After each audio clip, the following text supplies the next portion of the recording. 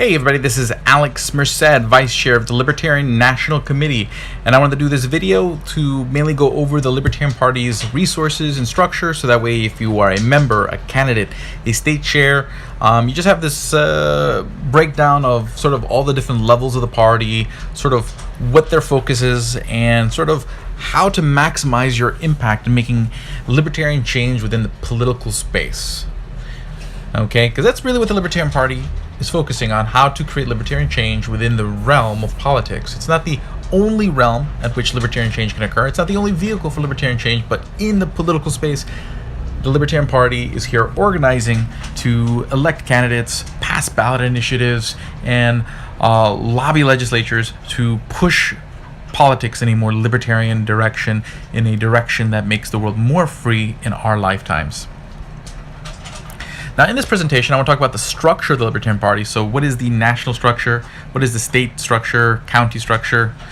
Also present some resources for candidates, chairs, and membership that they can refer to. And also just some other ideas for community outreach and how to make a difference and create impact. So at the national level of the Libertarian Party, basically you have the Libertarian National Committee, which basically their main focus is basically providing support to the country. So they're not the front lines of the party. Really, the front lines are going to be the candidates that are chosen by state and counties, and it's really the state and county chapters that are the front lines of electing candidates, ballot initiatives, lobbying. But at national, we can create resources and provide support where needed.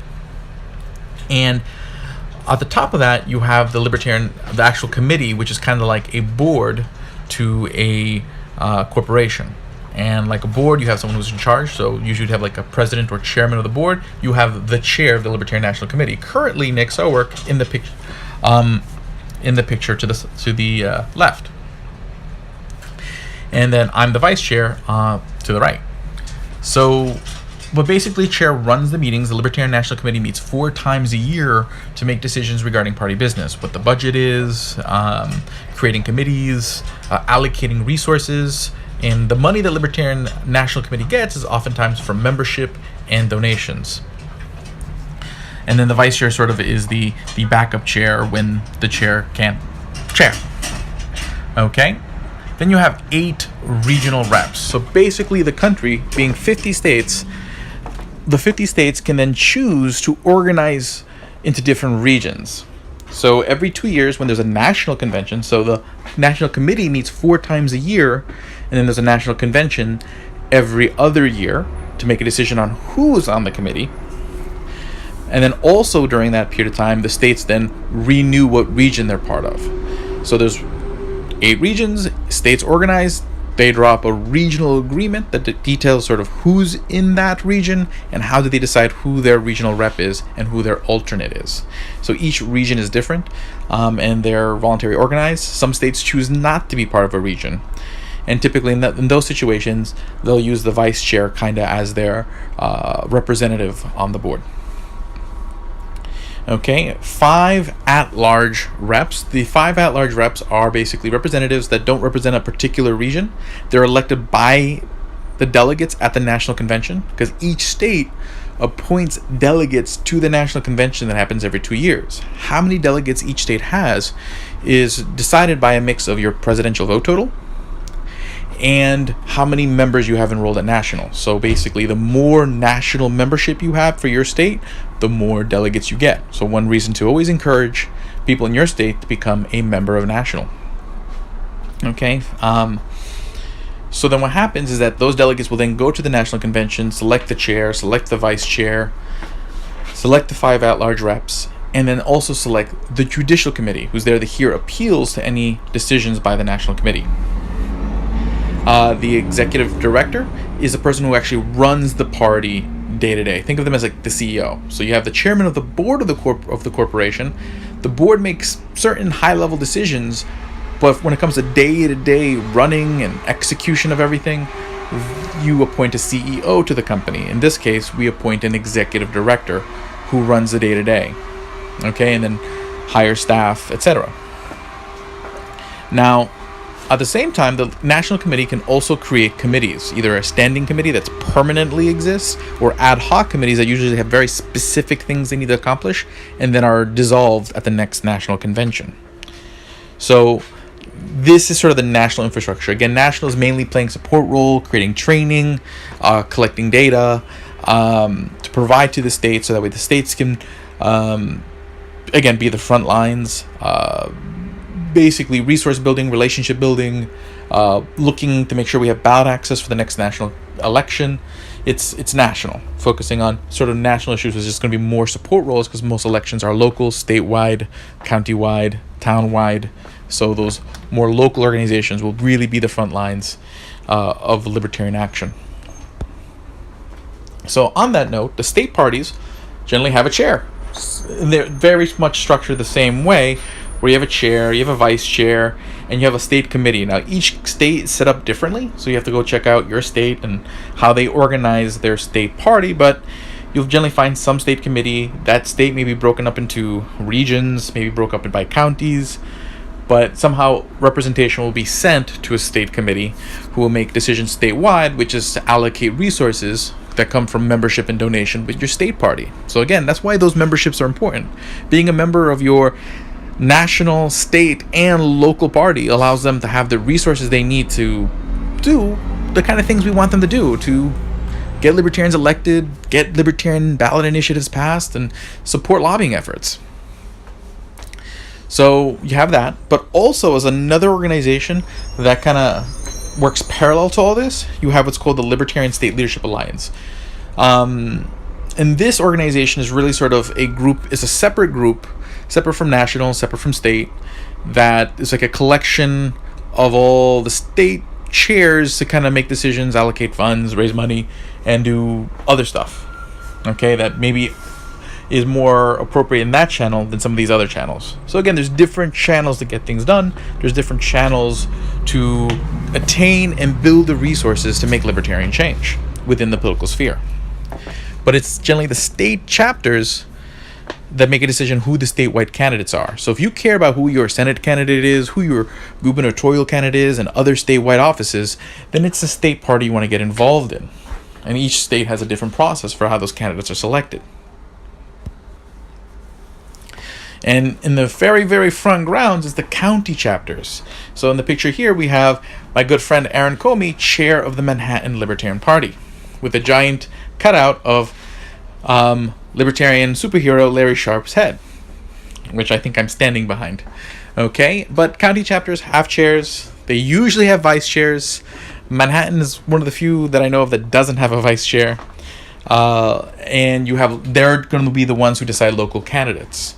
So if you're running specifically for an office in that county, you're going to get nominated by that county by whatever process that county's chapter has.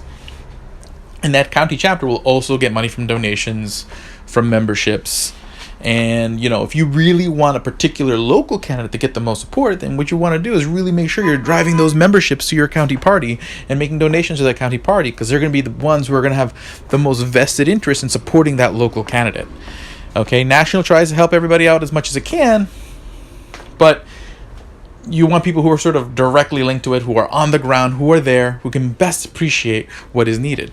So, again, depending on what you're looking to do, there's different channels for doing so. Okay? So these are sort of the three levels of the Libertarian Party. Now, there's a lot of resources out there. If you're thinking to be a candidate, I highly recommend buying the book you see in the picture right there, How to Win Local Elections. It's, or How to Win a Local Election. It has a lot of step-by-step guides and resources for you to plan your campaign and get it off on the right foot. But there are a lot of videos, recordings, graphics, website templates, and other cool resources that actually have been created for candidates, that candidates can use, that state chairs can use, and whatnot by the Libertarian Party at the national level. And those are available at lpaction.org. So if you're looking for some of those resources to help out in your efforts, head over to lpaction.org and make use of them.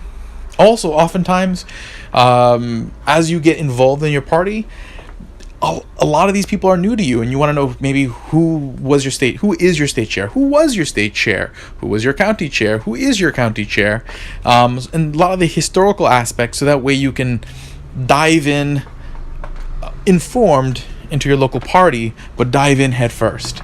And Lpedia.org has a lot of that institutional information on the party, so that way you can know sort of what the past is, maybe what past election results were, who's who. So I highly recommend checking out Lpedia.org. And if you become a candidate, I highly recommend making sure you make a page for your candidacy over there at Lpedia.org, because it's a great starting place for sort of building up your one, for search engine purposes, and building up sort of your online profile.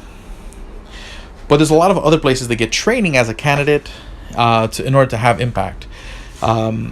Now, if you wanted to get involved with LSLA, the Libertarian State Leadership Alliance that I mentioned earlier, their website is libertarianleaders.org.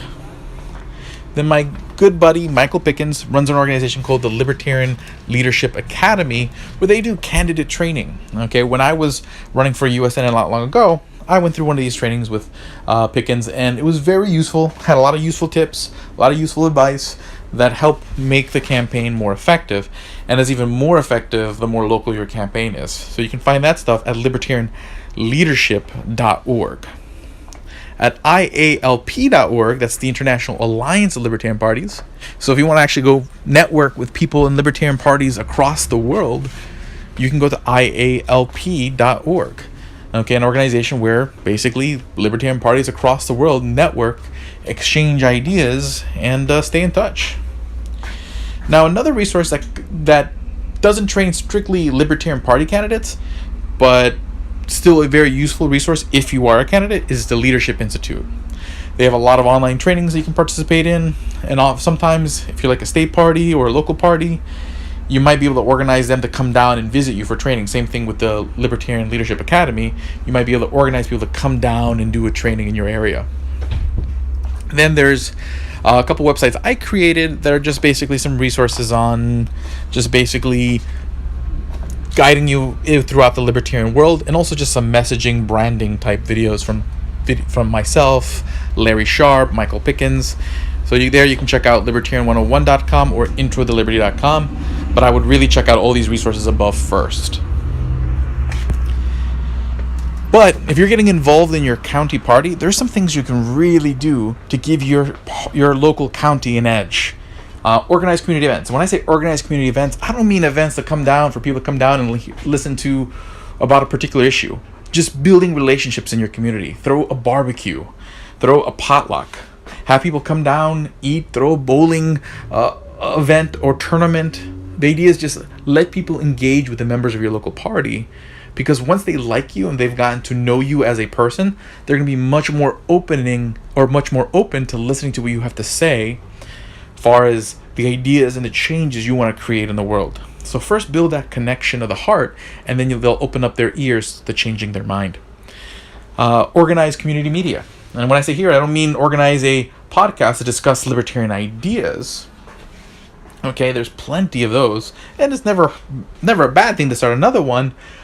But what your community may want is a local podcast that focuses on local things, like the local store that's opening up, or what's going on in the local Little League, and creating these kind of updates that people in your community are going to want to listen to, and marketing it to your community.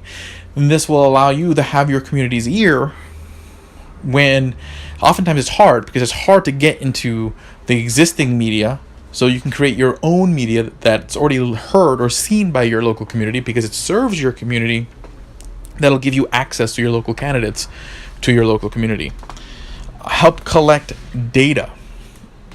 This just means knocking on doors, and it's one of the most important things you can do, because most people aren't taking time to go find out who's running, what elections are going on, and they're not going online to look it up.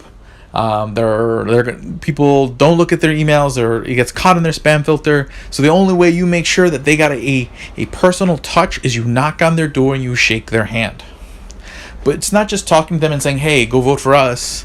It's sometimes just information collecting, saying, hey, I'm here, just wanted to ask a few questions, introduce myself, and just want to know, what do you care about?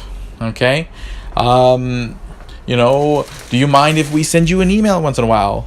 How basically collecting the information and creating the databases that are going to allow your candidates in the future to know sort of which precincts to focus on, which people are kind of already leaning in your direction, and maybe with some soft nudges will eventually kind of come in the more libertarian direction, and which people maybe you have such a wide gap with that you may want to take care of the low-hanging fruit first, and then we'll come back to these people who might be a little bit more difficult. But that only happens by knocking on the doors, shaking the hands, taking the results from that, and documenting it in some sort of database, spreadsheet, etc. Okay, organizing a ballot initiative. Electing candidates is not the only way to make change. You can get referendums on the ballot that actually make change directly, and allows you to speak to a specific issue, and people who may disagree with you on other issues can work with you to at least get that thing done. Okay, instead of focusing on all the things that we disagree on, we can all organize around the thing that we do agree on. And you can also organize lobbying efforts. Okay, when a piece of legislation comes up for a vote, even if the people who are in office aren't the people you elected, you can still go organize to show up at community meetings, at legislature hearings, to speak to why a piece of legislation should be passed and why it shouldn't be passed, and possibly be able to change votes on the legislation and changing the outcome for the better.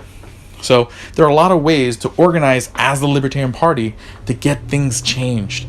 So hopefully you watch this video, kind of gave you a better idea of how everything is structured and who does what, and there's so much more to talk about. My name is Alex Merced, Vice Chair of the Libertarian National Committee. You feel free to reach out to me at any time with any questions. I'm always wanting to be helpful, and thank you guys. Have a great day and enjoy.